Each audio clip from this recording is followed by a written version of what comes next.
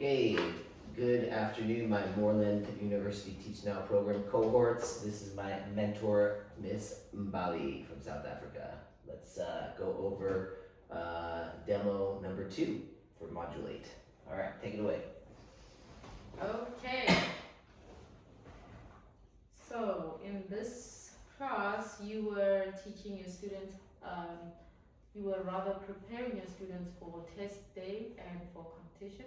Yeah, I would prefer to have been like this, but this video was due this week, and that day was the only day we had to prepare. For the test, because we took our test today and our competition was yesterday, and then tomorrow is sports day. So I would have preferred just to have like a regular lesson, but we didn't really have much of a choice. So that's the only way we could take the video of my class. But I still think that I am meeting all the requirements for the Moreland Module 8 requirements. Got it. So my opinion about this class is that I see that you were giving students appropriate yet challenging tasks aligned with the test that they have to do, and I see that some of the tasks that you were giving them are also aligned with the things that you've been teaching them in class. So the skills that you've been teaching them in class: throwing, catching, passing, and so on. Can you tell me more about the tasks? Why are you testing the things that you're gonna test? Like the first one, which is like suicide sprints. Yeah. How can that help students in Frisbee in your lesson? So I think suicide sprints are a good physical fitness test, because we do like technical. We have the 3 aspects in our curriculum, like technical, tactical, and then physical. So the physical part of Frisbee is like not just coordination, but also running back and forth a lot. So yes. I think this is an easy assessment that we can give them that's relevant to playing Ultimate Frisbee, where you have to run back and forth a lot. Got it. That's a very good skill to teach them. Since they're first grade, so it's good to have them do some suicide sprints. Yeah, I think it's developmentally appropriate. So I think that meets like standard 1 or in task standard 1. So I tried to get that in there. Okay, good. So for standard 2, I see that you implemented differentiating instructions by giving different standards to your students. So girls have their standard and boys have their standards. Yes. Which is good, because in this case we do know that sometimes girls are a bit slower in development, especially in sports. Frisbee, to be specific, because some of them are afraid to catch, some of them, So can you tell me more about that?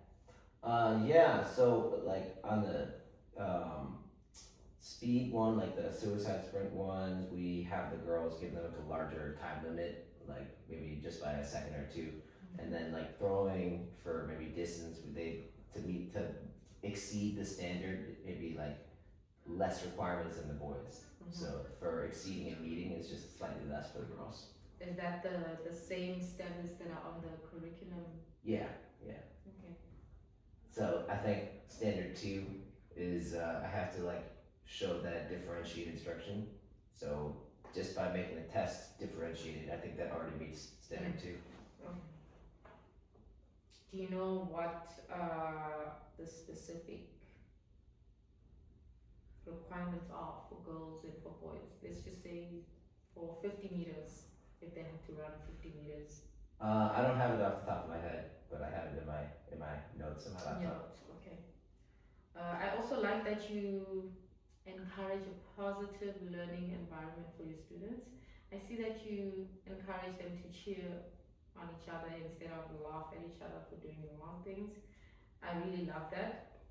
And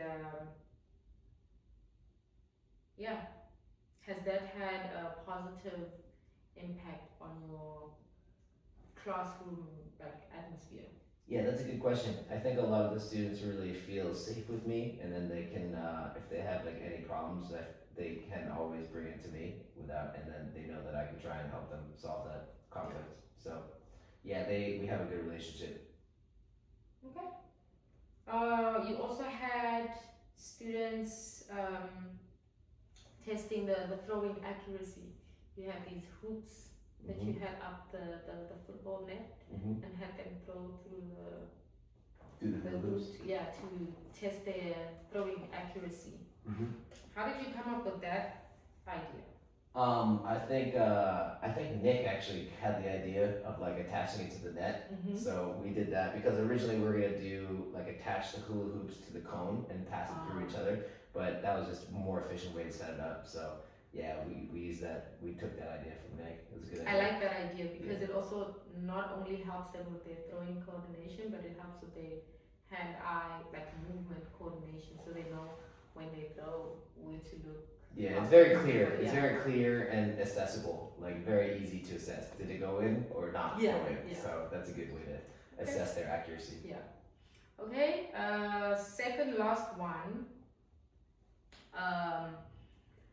I like how you taught your students how to count for each other. Like when you're testing, when they're assessing each other, the whole 1 for 1, 1 for 2, 2 for 3.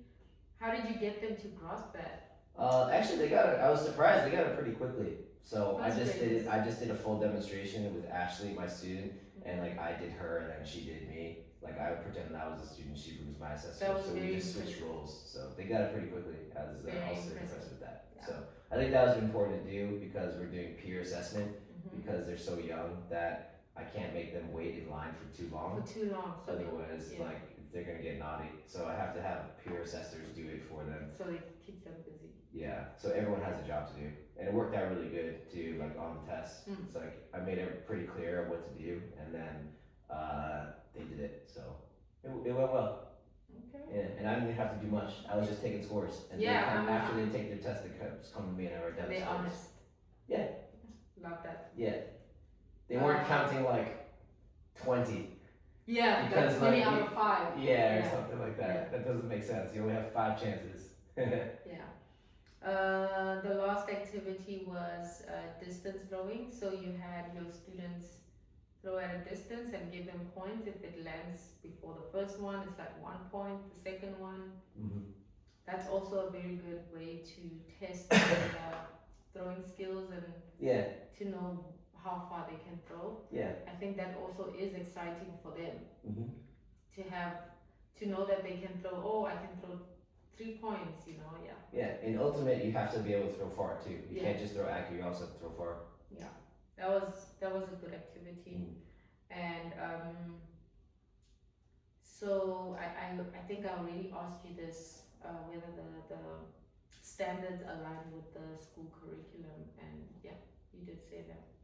Okay, that's all. Cool. So what do you think overall? Good? I think your class was really good. Clear rules. All the students are focused. They understand what they need to do. They are clear on objectives. They know what is going on. So that's good. Cool. Thank you very much. Appreciate it.